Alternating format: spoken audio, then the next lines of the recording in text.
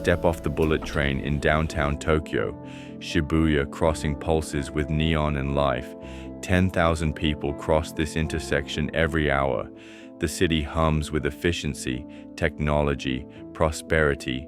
But here's what they don't tell you. Japan loses 908,574 people every single year. That's one person every 35 seconds. Gone, forever. In 2024, deaths outnumbered births by nearly 1 million. Japan isn't just declining, it's speedrunning its own destruction at a pace that terrifies demographers worldwide. This is the story of how the world's most advanced society built the perfect machine for its own extinction. 日本だとやっぱりその給料が上がらないだとか、やっぱり他の国はなんですかね、物価が着々と上がってる中、日本だけゼロ金利で円安も進んでる、そういう問題ですかね。まあでも実際に産んでみて大変だしお金もかかるしで実際に友達も子供を持たないっていう選択してる人も知っててどういう生活を送ってるかも分かってるんであえて別に持たないことに対しては持ってる側として不満もないですしもうそれは国が考えるべき問題だと思ってます。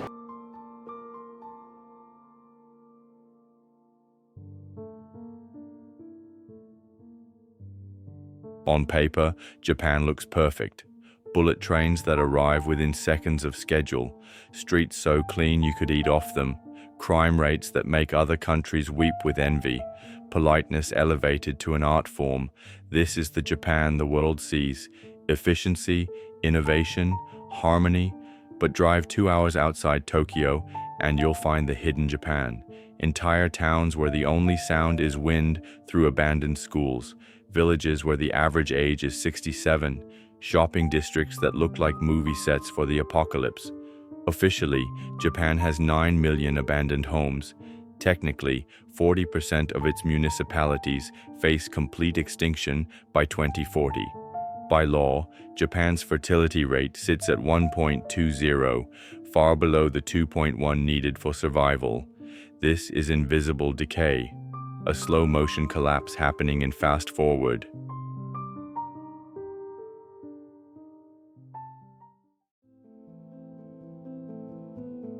Let me show you the numbers that keep Japanese politicians awake at night.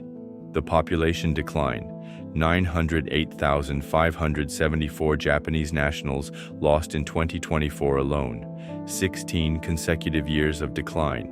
By 2070, Japan's population drops from 124 million to just 87 million, a 31% collapse.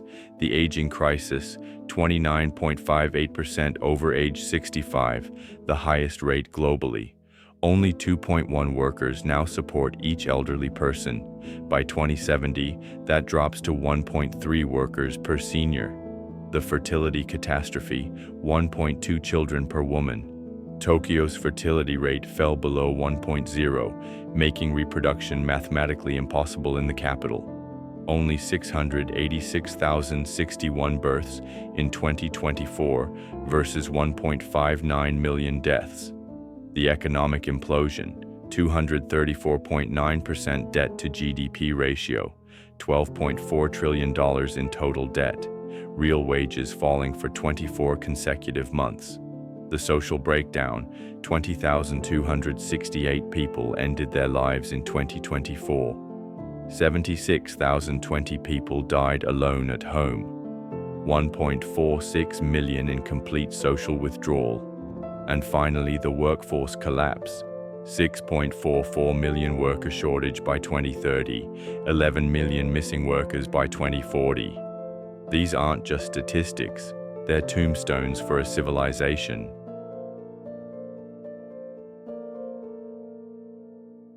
まあ物価なんか消費税とかが上がってるんですけど収入とかは増えてはない。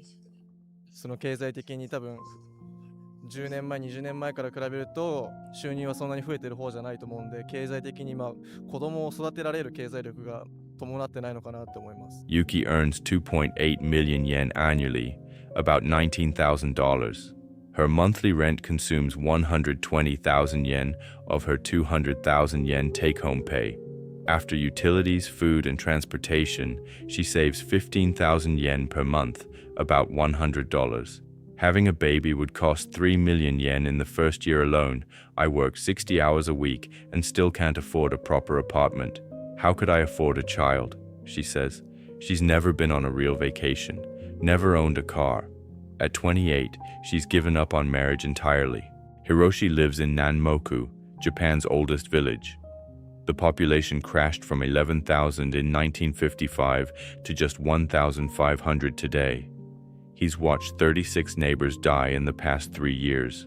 0 children were born. I remember when we had 40 shops here, he says.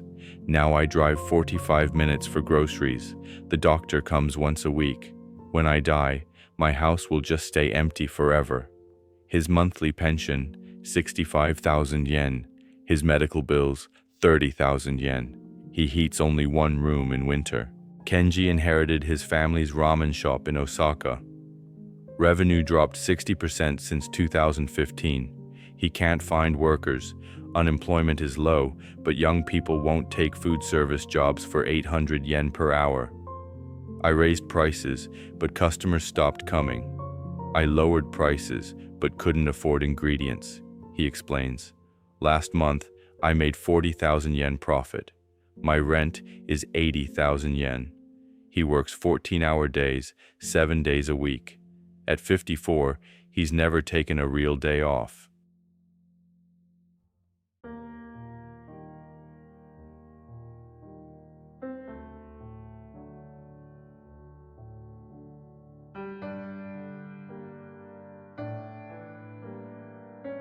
Here's how Japan engineered its own demographic downfall. Cultural perfectionism meets economic brutality. Japanese society demands flawless performance in everything: work, parenting, social relationships. But wages can't support these standards anymore. Housing crisis. Tokyo rent averages 150,000 yen monthly for a one-bedroom. Buying a family home requires 8 to 10 times annual salary. Young couples literally cannot afford space for children. Work culture destruction. Karoshi, death from overwork, killed 2,346 people officially in 2023. Unreported cases number in the tens of thousands. 60-hour weeks are normal. 80-hour weeks common. The death spiral accelerates. Fewer young people means smaller workforce. Smaller workforce means higher taxes on survivors. Higher taxes mean less money for families. Less money means fewer children. Fewer children means fewer young people. Immigration resistance. Only 3.04% foreign residents versus 10.4% OECD average. Cultural homogeneity matters more than survival.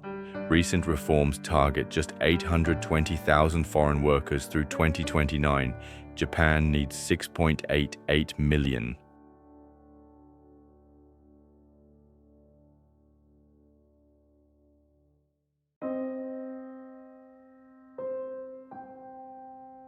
Back where we started. Shibuya crossing. 10,000 people crossing every hour. But now you know the truth, hiding behind the lights. While I've been making this video, Japan lost approximately 347 people. They're not coming back. Their children will never be born. Their communities will never recover. Japan spent 70 years building the most efficient society in human history. They optimized everything, except for the one thing that matters most, making sure there's a next generation to inherit it. This isn't just Japan's crisis, it's a preview. South Korea's fertility rate hit 0.72. China's population peaked in 2022. Italy, Spain, Singapore, all following the same path. Japan is speed-running its destruction, but it's also speed-running our future. The question isn't whether this demographic collapse can be stopped. The question is, are we paying attention? どっちかといえばその女性の方が子育てをしているイメージが多いので、子育てしながら働いているのは男性以上に大変なんだろうなという気はしますね。仮に大学出て働くと22歳として、その時に子供がお腹の中にいたりとか、それとももう、働き会社入ってすぐ働き続けたいけど子供欲しいっていう人だとちょっとなかなか厳しい、まあね、当然会社入って1、2年はいろいろ経験して勉強しなくちゃいけないっていうところもあるんで、その時に妊娠しました、ちょっとお休みいただきますっていうと、なかなか会社側の理解も得られにくいのかなという気がしますね。